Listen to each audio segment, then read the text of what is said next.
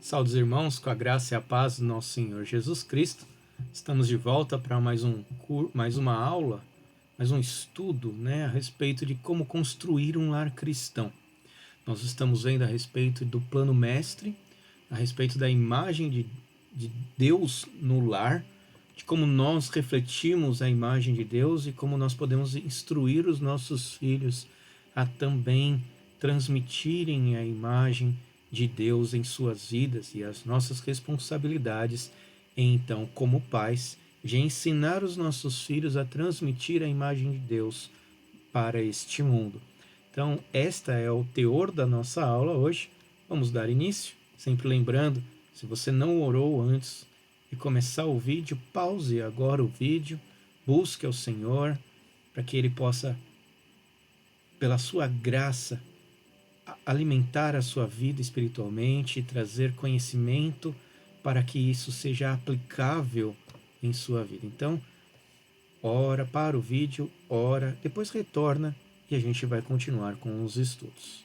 Então nós vamos ver hoje a respeito construindo um lar cristão e a responsabilidade de nós ensinarmos os nossos filhos. Qual é o princípio da nossa aula de hoje? Portanto, o homem não junte o que Deus não juntou. Nós vamos entender um pouquinho mais a respeito desse pensamento, que o homem não deve juntar o que Deus não juntou. Objetivos do estudo: apreciar o privilégio e a responsabilidade de dar origem às novas imagens de Deus, levar a sério o dever de transmitir a sua fé para a próxima geração de forma viva e criativa, resgatando assim a imagem de Deus em seus filhos.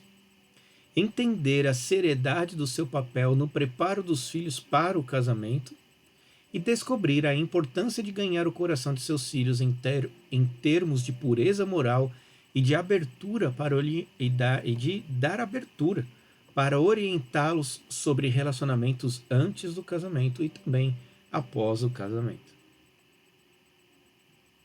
Fazer uma pequena revisão do que nós já vimos até aqui. O casal casado, primeiramente, O casal casado deve refletir a imagem de Deus pela sua unidade na diversidade, lembrando que são duas pessoas unidas, duas pessoas diferentes que se tornam uma única pessoa, num sistema de complementariedade, ou seja, a diferença de um complementa o outro. Então é totalmente contrário àquela ideia de que, da nossa cultura, de que para estar juntos precisam ser iguais, precisam ser semelhantes, precisam ter o mesmo pensamento. Isso não existe. O que precisa é reconhecer que as pessoas são diferentes, sim, e às vezes até existe uma pequena igualdade em alguns pontos, e muitas pessoas acreditam, então, agora eu posso casar porque existe semelhança, mas quando casa descobre que são totalmente diferentes. Sempre seremos muito diferentes uns dos outros, quer nos nossos gostos, mas principalmente na nossa função, e é justamente aí que nós complementamos um ao outro. Então a importância de sermos diferentes uns dos outros. O relacionamento deve ser protegido contra qualquer intromissão de terceiros. Há uma exclusividade no casamento que deve ser preservada, onde o responsável é o homem e a mulher. Esses dois juntos são responsáveis pela cultura do seu lar, da sua própria vida. Não é a sociedade, não é o emprego, não é a igreja, não é os seus pais, não são os seus filhos, é o casal. O casal é responsável para proteger contra qualquer intromissão de terceiros. Quando eu falo igreja, aqui parece até contraditório, pois o que eu estou fazendo é instruir. Agora, quem é responsável por receber essa informação e diante de Deus depois prestar contas, é claro que é o casal. Não adianta falar assim, mas foi o pastor que falou. Poxa, mas você não foi na Bíblia e não leu? Se o que ele está falando está de acordo com o que eu disse, entende? A responsabilidade é do casal. Então, o relacionamento deve ser protegido contra qualquer intromissão de terceiros. Então vamos lá, as implicações práticas com relação a isso. A imagem de Deus no casal deve ser resgatada e propagada pela criação de filhos no temor do Senhor. Então, eu aprendi a respeito da minha família, eu aprendi a respeito da complementariedade que existe entre homem e mulher quando se unem. Aprendi também que eu devo proteger o meu casamento, não é a sociedade, não é a cultura, não é a igreja, não é nada que influencia na cultura. Eu sou o responsável e agora eu sou responsável também por ensinar isso aos meus filhos para que eles possam aprender então o que a palavra de Deus diz, para que eles possam refletir o propósito a imagem de Deus em suas vidas. Então, vamos aprender a respeito disso, né, da nossa responsabilidade de resgatar isso nos nossos filhos.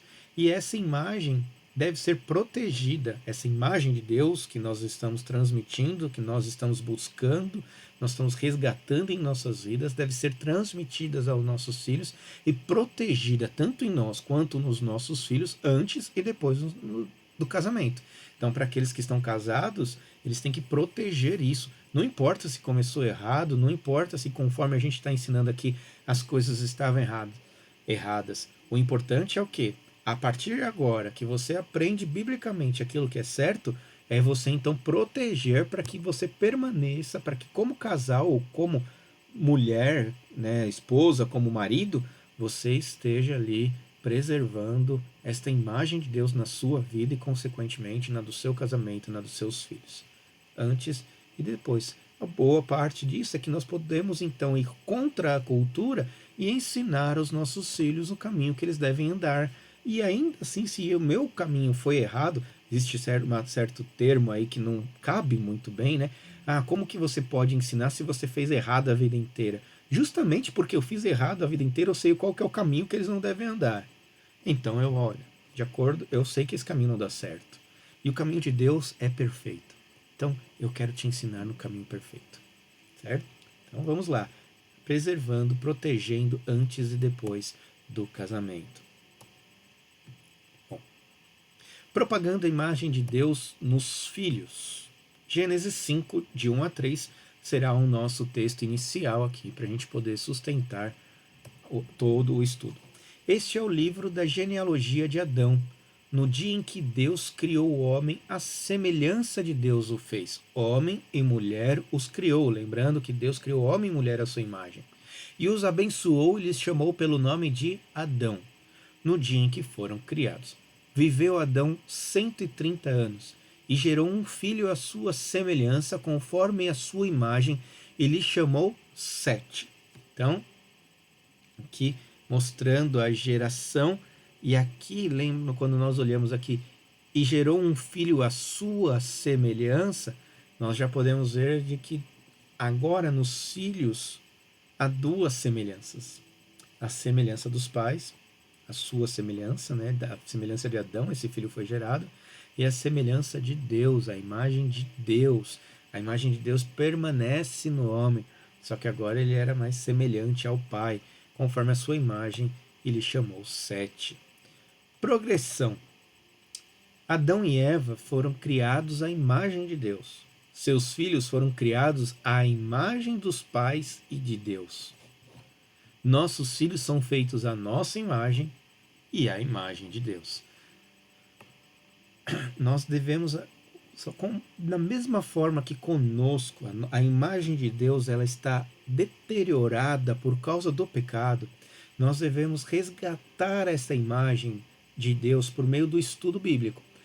Da mesma maneira, nós como os pais somos responsáveis por instruir os nossos filhos para que eles também lutem para resgatar essa imagem que o pecado distorce.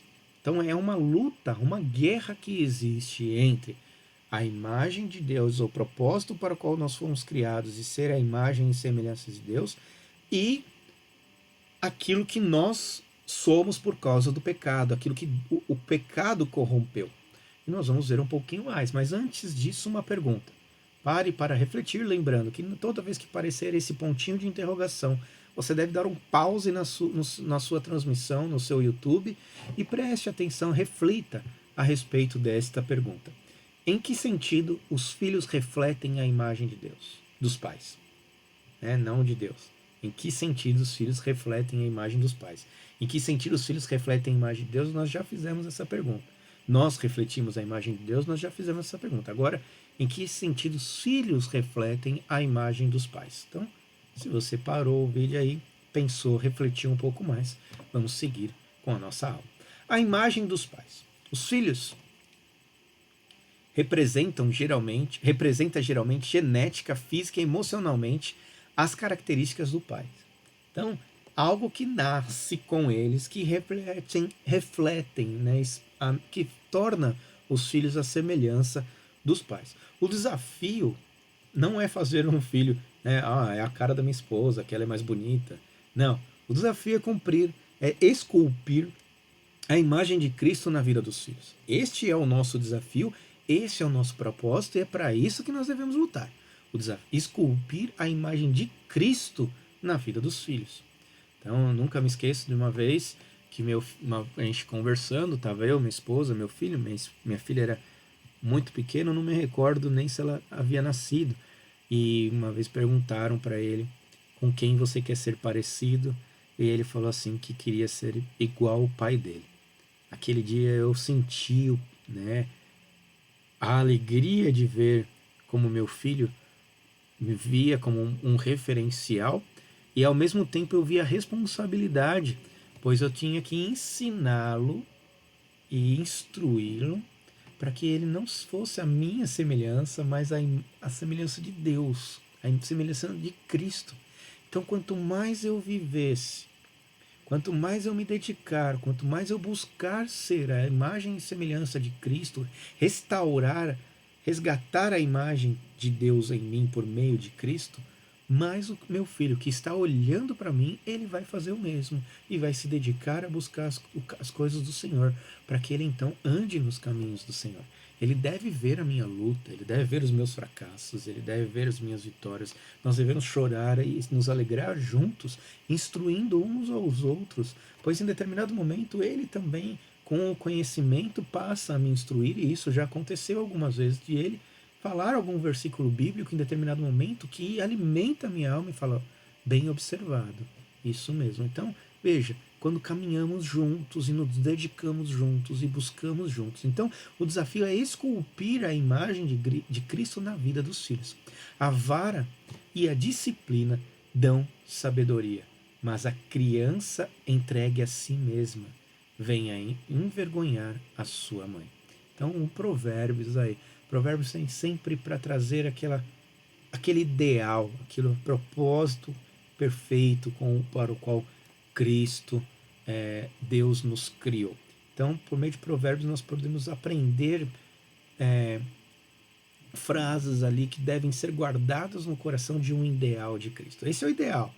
Agora nós devemos.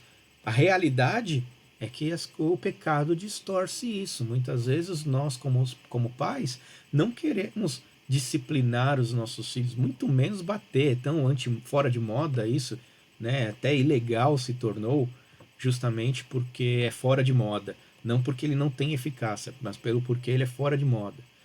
Porque também tem muitos que abusam da autoridade e espancam. Aqui a vara não é o espancar, a vara é corrigir, né? E corrigir quando necessário, né? Dar umas palmadinhas sim quando necessário. E a vara é a disciplina, então é colocar, criar ali, né? Discipular, né? Na sabedoria, ensinando, é a responsabilidade dos pais. Quando nós não fazemos isso, o futuro é certo, é envergonhar a sua mãe. E isso é natural. Qualquer pessoa entregue a si mesma, que quer fazer somente aquilo que gosta, com certeza vai envergonhar mãe, vai envergonhar pai, vai envergonhar as pessoas à sua volta, vai envergonhar a esposa, vai envergonhar filhos, vai envergonhar a si mesmo até o final da sua vida. A vara e a disciplina são um meio de direcionar para a sabedoria. Dá-me, filho meu, o teu coração, e os teus olhos se agradem dos meus caminhos. Aqui, né, nós temos que lembrar que é a Bíblia falando a nós, tá? Dá-me, filho meu, o teu coração. Veja como tem uma entonação bem paternal ali. Dá-me, filho meu, o teu coração, e os teus olhos se agradem dos meus caminhos. Né? Muitas vezes as pessoas veem Deus como alguém duro ali, firme. bravo, rabugento, mas não, olha o amor das palavras, né? Dá-me, filho meu, o teu coração e os teus olhos se agradem dos meus caminhos. Veja, a entonação ali de trazer com amor, né? Conduzir com amor. E é assim que Deus faz conosco. Impulso missionário, também há um impulso missionário nas palavras de Deus. Veja, e Deus os abençoou e lhe disse, voltando ali para Gênesis 1:28, sede fecundos, multiplicai-vos, enchei a terra e sujeitai-a, dominai sobre os peixes do mar, sobre as aves dos céus e sobre todo animal que rasteja pela terra. Então, quando ele fala sede fecundos e multiplicai-vos, enchei a terra e sujeitai-a, existe o propósito ali de encher a terra da imagem de Deus. Este é o que Deus está falando. É um impulso missionário, né, de anunciar a imagem de Deus e a glória de Deus por onde quer que nós andarmos. Deus criou o homem e a família para ter comunhão com ele, para que o mundo inteiro se encha da sua imagem para a sua eterna glória e para o eterno bem do homem.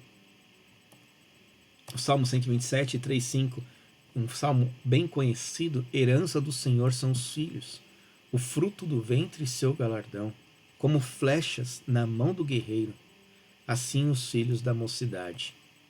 Feliz o homem que enche deles a sua aljava, não será envergonhado quando pleitear com os inimigos à porta.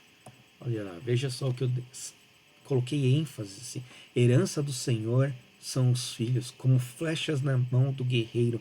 Feliz o homem que enche deles a sua aljava. Você imagina aquele guerreiro no meio de uma batalha, ele com arco e flecha na mão, e ele vai buscar a sua aljava e não tem nada, ele não tem arma, ele não tem com o que lutar, ele não tem como fazer nada, ele está perdido no meio da batalha.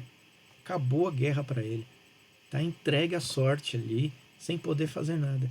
Então, olha, o Salmo traz essa imagem, herança do Senhor são filhos. Primeiro, que é uma bênção, é Deus que dá os filhos. Filhos não é um acidente, filhos não são coisas que nós... um peso, não é um fardo que a gente carrega, não é uma questão financeira que garante para mim a qualidade de ter filhos ou não, mas veja, é o que? Se Deus está falando que os filhos são herança, são bênção, quem somos nós para falar o contrário? Se Deus está falando que são como flechas na mão do guerreiro, significa que eles são algo de fundamental importância para as nossas vidas. Quem sou eu para dizer o contrário? Feliz o homem que enche deles a sua aljava. Muitos deles. Há uma discussão aí quantas flechas cabia na aljava, mas você podia construir uma aljava maior para caber mais flechas, e assim, quanto mais flecha, mais tempo você está garantido na batalha. Então, herança do Senhor são os filhos, como flechas na mão do guerreiro. Feliz o homem que enche deles a sua aljava. A importância, a qualidade que a Bíblia dá para o ter filhos. Então é muito importante nós observarmos isso, porque quanto mais melhor. E nós estamos numa cultura, lembre-se que essa aula ela é totalmente contracultural. Ela vai na contramão total da cultura. Porque a cultura vai falar para nós que é um peso ter filhos. Ou você parece que é uma maldição. Quanto mais filhos eu tenho, pior é. Um rapaz esses dias falou comigo, falou assim, eu tenho 4 filhos, mas isso daí é o fim da minha... Estão me matando. Pelo contrário, estão mantendo ele muito vivo. O fato ali... Olha, eu tenho certeza que se parar para conversar um pouquinho mais, ele se alegra de ter esses filhos e ele vê a importância e a alegria de ter esses filhos. Deus vê os filhos como bênçãos e não como maldição. Nós não podemos entrar na onda. Às vezes a gente pega chavões da cultura e acaba reproduzindo isso sem refletir a respeito. Então, por exemplo, tem o chavão lá de que casou, né, game over para quem casou. Então a pessoa escuta isso, pronto, acabou a felicidade, acabou isso. Mas aí ele para de olhar a felicidade que ele tem no casamento e passa a olhar aquilo que ele está perdendo com o casamento. E deixa de perceber que aquilo que o casamento proporciona para ele é maior do que aquilo que ele não tinha, do que a solidão e qualquer outra coisa. E as amizades superficiais, interesseiras, vazias de propósito, que existia antes do casamento, para algo muito mais sólido, muito mais profundo, muito mais íntimo que o casamento pode proporcionar. Eu tenho um pezinho de limão e eu gosto de usar meu pezinho de limão aqui. O pessoal é, tem gostado de árvores sem frutos. Né? Isso é uma amizade, isso é a vida que nós temos antes do casamento. Mas a vida depois do casamento é uma vida frutífera, uma vida onde você experimenta os prazeres da vida.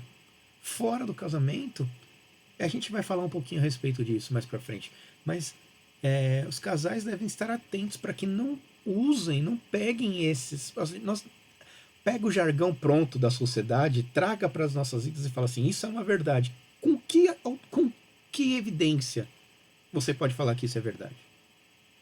Gente que nunca casou está reproduzindo essas coisas aí boca fora, para mundo afora, sem saber exatamente se isso é uma verdade ou não.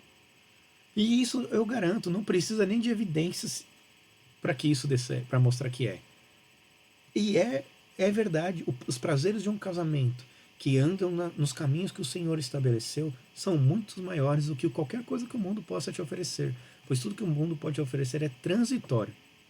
E os prazeres do casamento, eles são imediatos, são presentes, são para agora e também são futuro.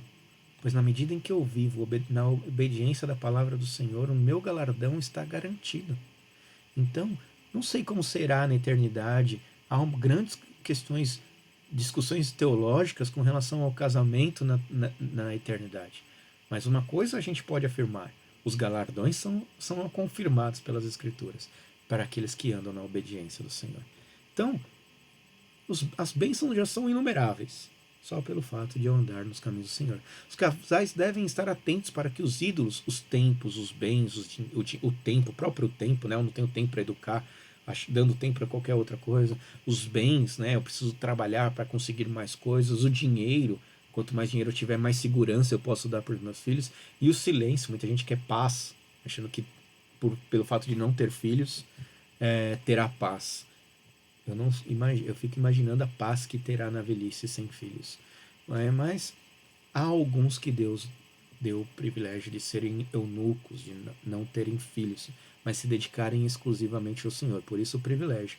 Mas há aqueles que Deus não deu, ter filhos é bênção, e a Bíblia afirma isso. E quem encontra uma esposa encontra o favor do Senhor. Então a Bíblia fala das bênçãos disso tudo.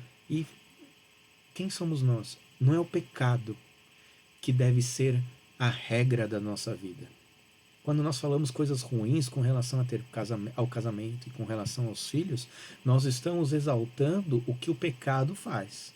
Agora, quando nós estamos dispostos a nos dedicarmos, a nos esforçarmos, a buscar a Deus, a sua graça em oração e conhecimento bíblico, para fazer, para viver o meu casamento da maneira que Deus diz e ensinar aos meus filhos nos caminhos do Senhor, as bênçãos são inumeráveis. Este é o caminho certo. Este é o caminho para o qual Deus criou o homem. O errado, que é o pecado, não deve ser a regra. A regra é o que Deus diz. O resto é exceção. Não devemos fazer da exceção a regra. Então, descartamos a exceção e vamos ver o que a regra diz. Isso é importante. Os casais devem estar atentos, então, para que os ídolos não influenciem na decisão de ter ou não filhos, ou de quantos filhos ter. Né? Na sociedade em que nós vivemos, ter mais de 2 filhos é loucura. Não, não é. Não é. E quem tem mais de 2 filhos pode dizer isso com certeza. E quem tem muitos filhos, pergunta para as pessoas que têm muitos filhos hoje. Quantos deles se reclamam de ter tido vários filhos hoje? Nenhum. Então, agora veja quem é aqueles que não têm nenhum filho, ou que só tem um, e pergunte para esses que, né, hoje, que estão idosos, que estão passando por dificuldades da própria saúde, já da própria velhice, o que eles acham de ter um filho só, de ter poucos filhos. Então, se quer usar alguma evidência, é essa. Eu fico com a Bíblia, eu já fico tranquilo, não preciso de evidências. A Bíblia é minha evidência, pois Deus falou, Ele tem a razão, e eu prefiro seguir os caminhos do Senhor. A propagação da imagem de Deus é muito mais do que a procriação biológica.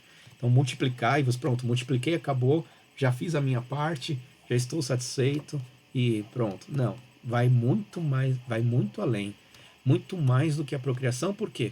Porque a tarefa principal dos pais hoje é resgatar a imagem de Deus.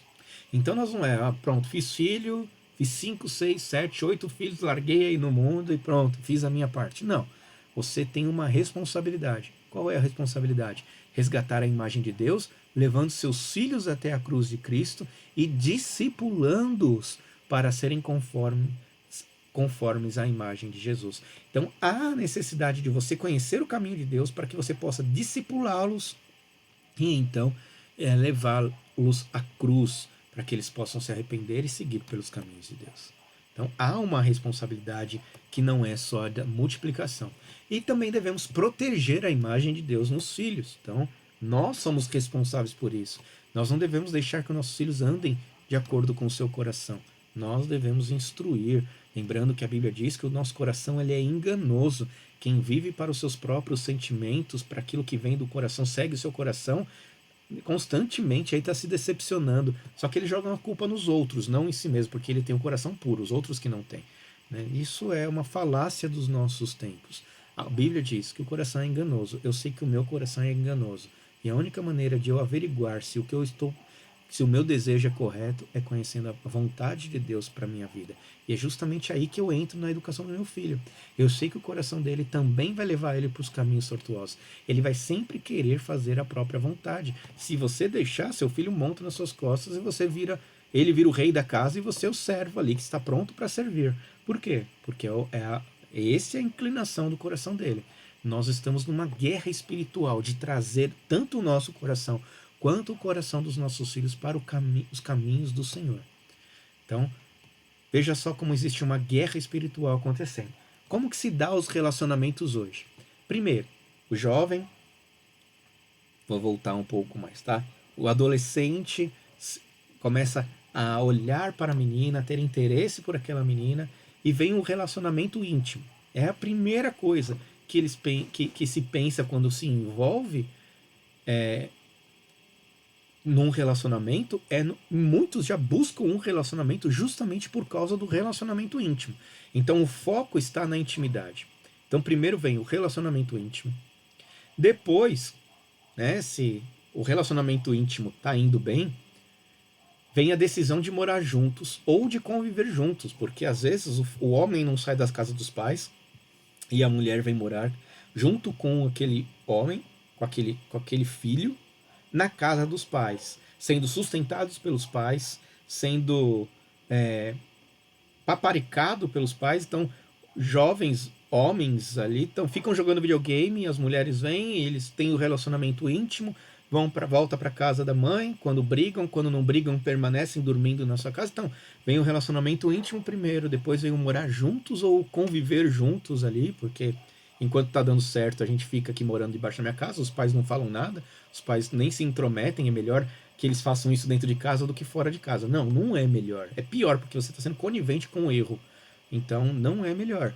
Morar junto. Aí depois vem o quê? Cada um cuida da sua própria vida. Quando este casal, que já teve o relacionamento íntimo a princípio, e que depois começaram a se juntar a ponto de morar junto com os pais, em determinado momento eles começam a trabalhar e eles falam assim, não, vamos casar, vamos casar. E eles compram a sua casa, só que cada um cuida da sua própria vida. Cada um é responsável pelo seu dinheiro, cada um é responsável por determinadas contas, cada um é responsável pelo seu emprego. Não há intimidade, não há exclusividade, porque todo mundo a sociedade, né, as pessoas com quem a mulher vive é que vão opinar no relacionamento dela, as pessoas com quem o homem vive é que vão opinar no relacionamento dele. Quanto tempo dura um casamento desse? Onde a influência externa é maior do que a intimidade do casal. Então veja, este é o relacionamento atual. Essa é a nossa cultura. Relacionamento íntimo, morar juntos ou conviver juntos, e cada um cuida da sua própria vida. Agora vamos ver qual que é o correto? Primeiro, deixar pai e mãe. Há uma exclusividade. Você está assumindo a responsabilidade daqui para frente.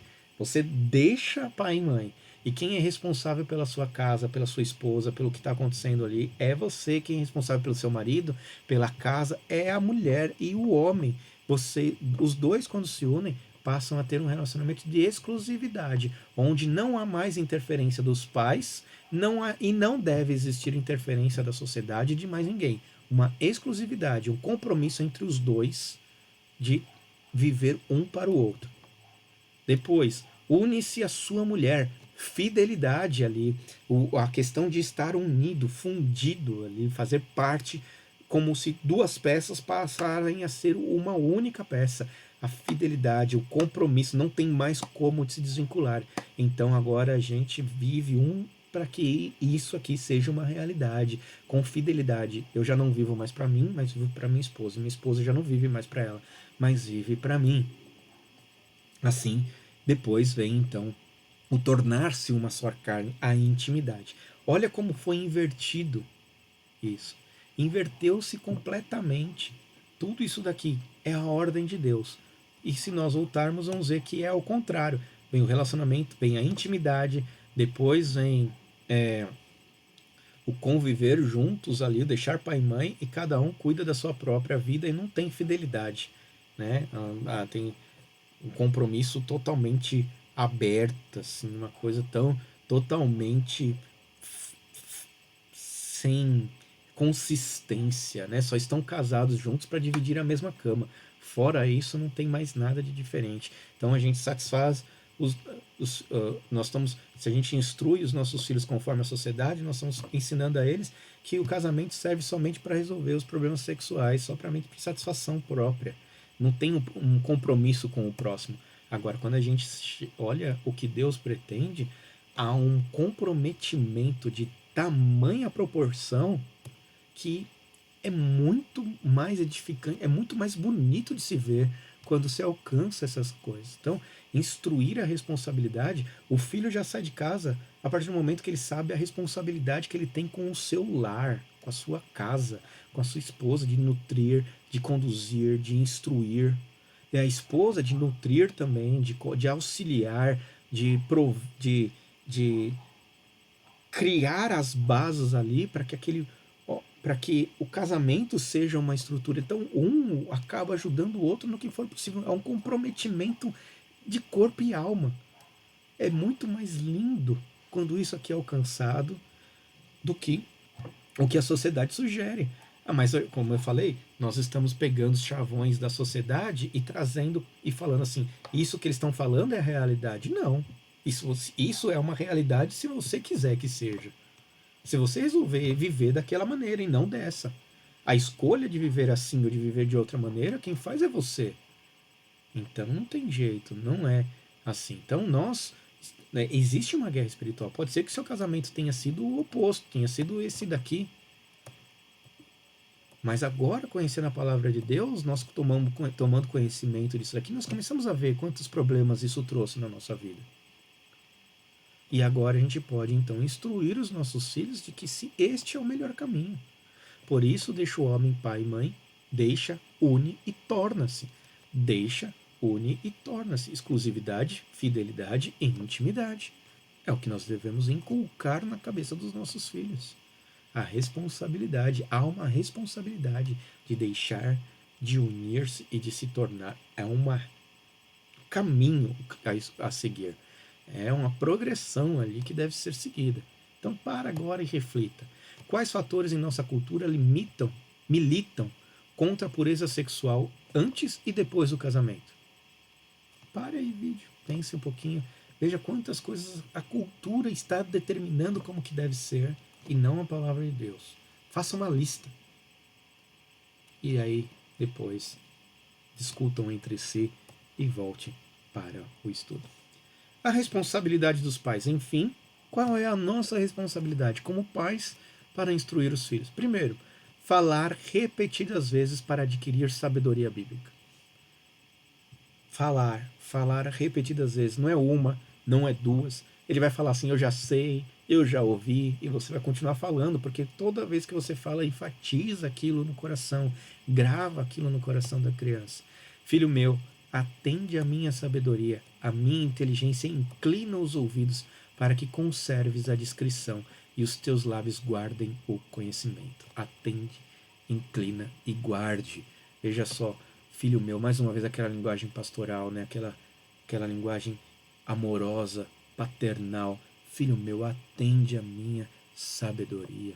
A minha inteligência inclina os ouvidos, é a inteligência de Deus, é Deus, todo o conhecimento e sabedoria. Inclina os ouvidos. Então veja como que tem que falar para o filho para que ele tenha o desejo de buscar o conhecimento do Senhor, inclinar os ouvidos para que conserve a discrição e os teus lábios guardem o conhecimento. Os professores sabem, né? Não adianta o professor ensinar para o aluno que não quer aprender. Não adianta. Para que haja educação, para que haja aprendizado, é necessário que tenha alguém com disposição a ensinar e o outro com uma disposição para aprender. Quando há essas duas coisas, a disposição de ambos, há um grande crescimento de educação na vida dos seus alunos, na vida de todos, tanto do professor como do aluno. E aqui Deus está falando: filho meu, atende a minha sabedoria, a minha inteligência, inclina os ouvidos, para que tenha disposição, então, no coração deste jovem a fazer a vontade de Deus. Deus falando conosco, fala para que nós falemos aos nossos filhos também, para que eles tenham disposição. Nós devemos ensinar a guardar o coração. Provérbios 4:23 diz: sobre tudo que se deve guardar, guarda o coração, porque dele procedem as fontes da vida. Imagina aquela fonte de água. Se a fonte de água estiver poluída, todo o rio vai ser poluído. Então, por isso que guarda o coração, porque deles procedem a fonte da vida. A Bíblia nos diz que o coração está poluído por causa do pecado. Então, as fontes são fontes de morte.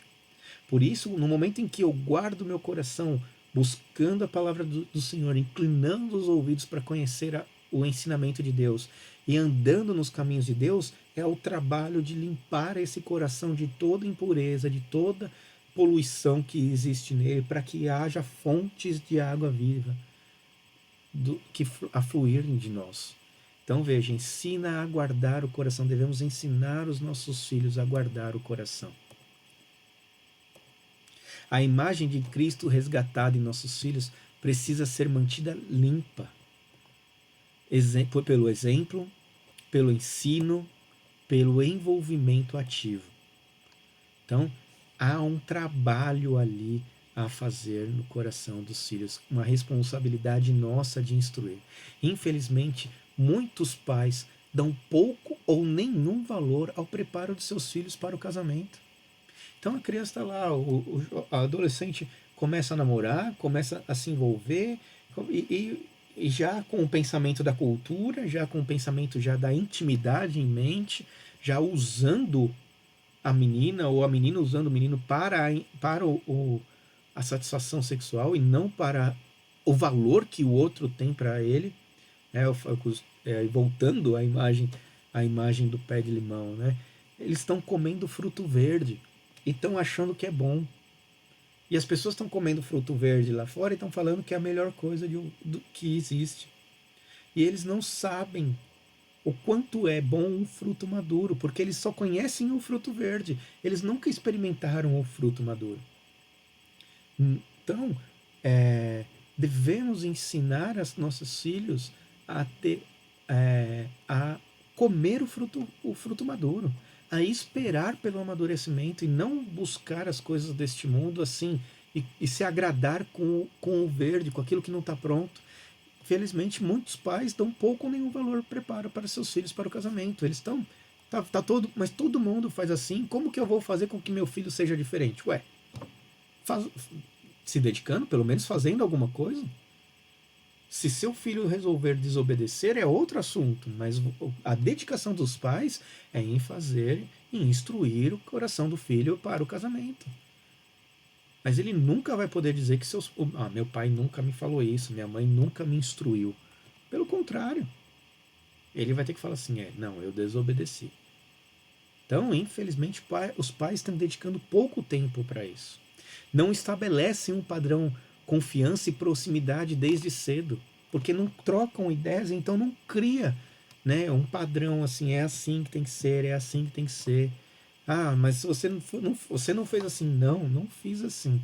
Mas com a graça de Deus eu tenho consertado o meu casamento. E quem dera se meu casamento fosse assim desde o começo. Então veja como você tem experiência para poder falar e instruir os seus filhos. Então estabeleça esse padrão, estabeleça momentos de confiança e proximidade desde cedo com seus filhos. Alguns não querem aceitar a grande responsabilidade de ser guardiões do coração. Ah, eu já tenho que me preocupar com muita coisa, vou ter que ficar me preocupando com o coração da criança, né? Eu me preocupo já com o que ele tem que comer e já se dá por satisfeito. Olhe lá, os pais que fazem. Não, irmãos, para. Se isso está acontecendo na sua vida, para. A verdade é que a responsabilidade para instruir os filhos, é dos pais. Não é do governo, não é da professora, não é da babá, não é da avó, não é de ninguém, é dos pais. Muitos preferem seguir a cultura e deixar os filhos por si mesmos para aprender sozinhos ou acreditam que o Estado ou outras pessoas têm o dever de fazer isso. Não tem. Diante de Deus vai ser cobrado dos pais. Não querem confrontar os filhos que tendem a resistir a esse padrão. Então, na primeira resistência dos filhos, os pais não confrontam, eles vão para trás. Como eles trabalham o dia inteiro, já ainda chegar em casa, ter que educar filho, eu quero sentar mais assistir o futebol, ver meu jornal, assistir minha novela. Não, não faça isso. Vá sentar com seus filhos. Às vezes eu entendo que a vida é muito corrida. Vá almoçar um dia, outro, tomar café da manhã. Procura criar períodos, momentos em que vocês possam sentar e conversar, ouvir um pouco do pensamento dos seus filhos, falar um pouco da sua experiência, de como Deus também tem transformado a sua vida, de como você precisa de Deus, mas busque tempo, procure tempo, dedique-se a fazer isso, criar situações para que você possa estar pastoreando o coração do seu filho, instruindo o coração do seu filho. É nossa responsabilidade. Concluindo, vivemos em uma sociedade hostil que milita contra tudo o que foi dito. Eles militam contra tudo o que foi dito até aqui. Eu acredito que tem gente que estará me ouvindo e está falando assim: isso não existe. Existe. E muitas pessoas estão se dedicando a isso. E os resultados são excelentes, excelentes. Vou te dizer que em todos o resultado é excelente? Não. Mas todas as famílias que se dedicam a instruir as crianças no caminho do Senhor com afinco, com responsabilidade, os resultados são ótimos. Eles sabem dar valor ao próximo, eles não vivem para o seu próprio egoísmo. São pessoas que consideram o outro e que sabem que a dedicar-se, a buscar a fazer a vontade do Senhor para que ele não abuse da outra pessoa. Então vivemos em uma sociedade abusiva e que acha, não gosta de egoísta, mas vive e prega o egoísmo, né? Prega viver para si mesmo. Eles militam contra tudo o que foi dito aqui.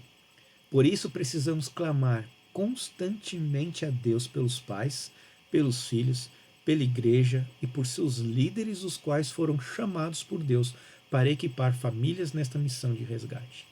Nós, como pastores, nós estamos aqui para auxiliar no que for possível. Mas a responsabilidade até mesmo de ouvir o que o pastor está falando e se confere com aquilo que a Bíblia está dizendo é nossa. Tem muito pastor fazendo palhaçada e a gente está achando que ele está instruindo a família a ser nos caminhos do Senhor. E o que ele está ensinando é psicologia. Não tem nada de Bíblia, está passando longe da Bíblia, está fazendo piada, só isso. Agora, ensinar as famílias no caminho do Senhor, eles estão bem longe. Então, é sua responsabilidade, é minha responsabilidade dentro da minha casa. Os pastores devem instruir e nós devemos orar, buscar a Deus. Pois se é difícil, para nós, para Deus não é impossível. E nós dependemos dele completamente para que esse trabalho não seja em vão. Finalmente, pela graça de Deus, a família pode espalhar a glória divina até os confins da terra. Acredite nisso. Eu creio, eu tenho visto famílias e famílias que transmitem a imagem de Deus por várias gerações. E isso é lindo.